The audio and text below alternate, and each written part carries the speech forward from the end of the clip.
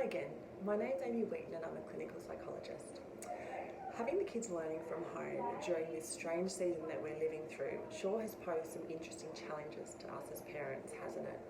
In our usual life, we're all really good at wearing lots of different hats, but generally we get to take one or more of them off before we put others of them on. So for example, our work hat comes off when we walk through the door at night to be with our kids and our partners. But at the moment, we're kind of having to keep all our hats on all at once while learning to wear extra new hats like that of a teacher to our kids. So if your head is pretty sore at the moment and pretty tired, then it's no wonder. Most of us are already feeling exhausted, and if you add to that feelings of stress, irritability, and even anger, which are really normal at this point in time, you might be having real trouble trying to cope with the kids at home 24/7. If this is you, then you're in really good company, and I just wanted to share 4 keys, or 4 Ps actually, to getting through this season sane and with our relationships intact.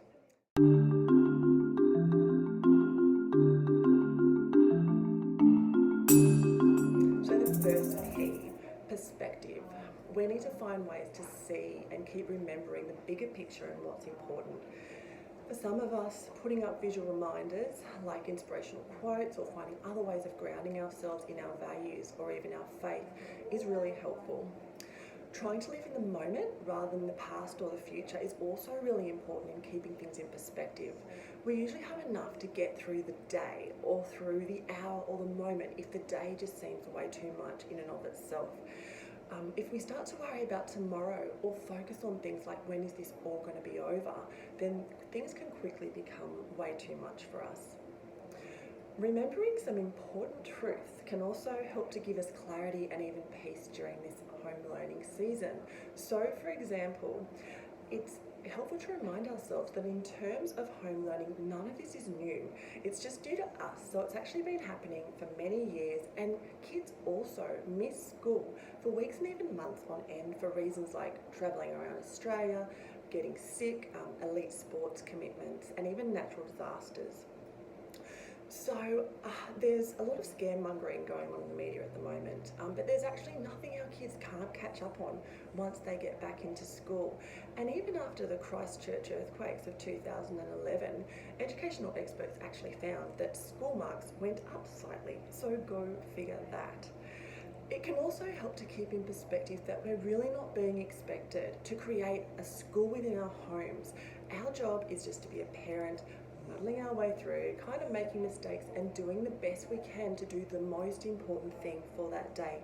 And let's be honest, some days the most important thing is to stay sane and to not burn bridges with our kids when we feel like they're already hanging by a thread. So on some days, you just need to call it a day, have a break and get back to it tomorrow. There's nothing wrong with that. Okay, the second P, planning.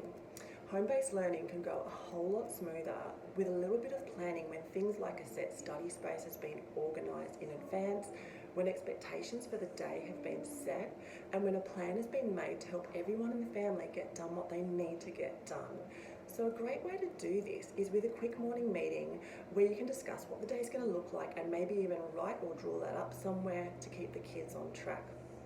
A schedule like this can include set times for learning, so maybe in half an hour or hour chunks, set times for breaks and exercise, and importantly, set times for when mum and dad have that important meeting scheduled in, for example. So clearly communicating this means that if people have expectations that are often not spoken, then no one ends up getting frustrated at the end of the day and as the days kind of build up. In terms of planning, it's also really important to have a contingency plan.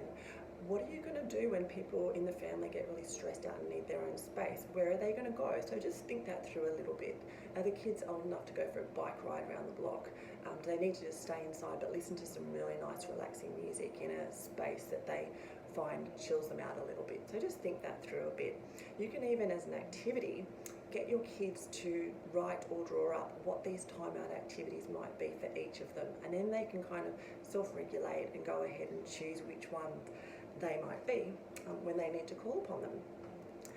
Let's also remember, third P, to keep things playful. So So a really wise school principal once said to me that kids learn relationally, contextually, and playfully. So our relationship with our kids is actually our most powerful teaching strategy at the moment. And our kids will learn best if teaching can be done in a light-hearted way within the context of everyday living. So when everything from writing a shopping list to reading labels to adding up the cost for groceries can be seen as an opportunity to learn. So we can be fun and creative in our approach. We don't just need to stick to everything the teacher has set for the kids to do. Let's also look for intentional and regular opportunities to build fun and laughter and kind of joy into the day. We're going to need that at this point in time more than ever.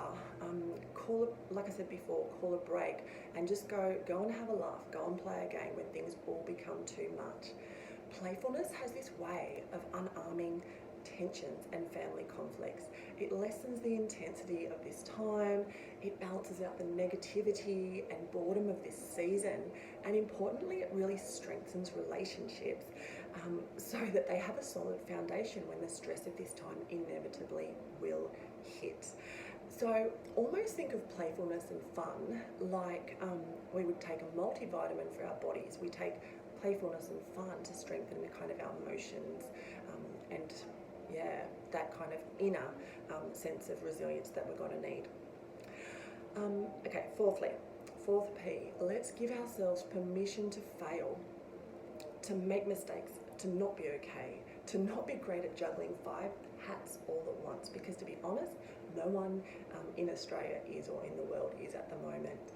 It's also vital that we give this same permission to other people in our lives. So to teachers who this is all just as new for as us, and to our kids and to our spouses or partners. So heaps of grace is needed in this season. And this can be much easier when we start to see our mistakes or failures or those of others around us as an opportunity for feedback and learning, not as a cue to beat ourselves up or as a cue to blame others. It can also be much easier when we learn to let go of any expectations we may have of others and ourselves during this season. So, as you've probably figured out by now, expectations have this funny way of creating a whole bunch of negative emotions and problems in relationships when they're not met. And they stop us from just taking life one day at a time as it comes, which is so important for what we're going through at the moment. And as a society, we have tended to have lost the art of this to our own detriment.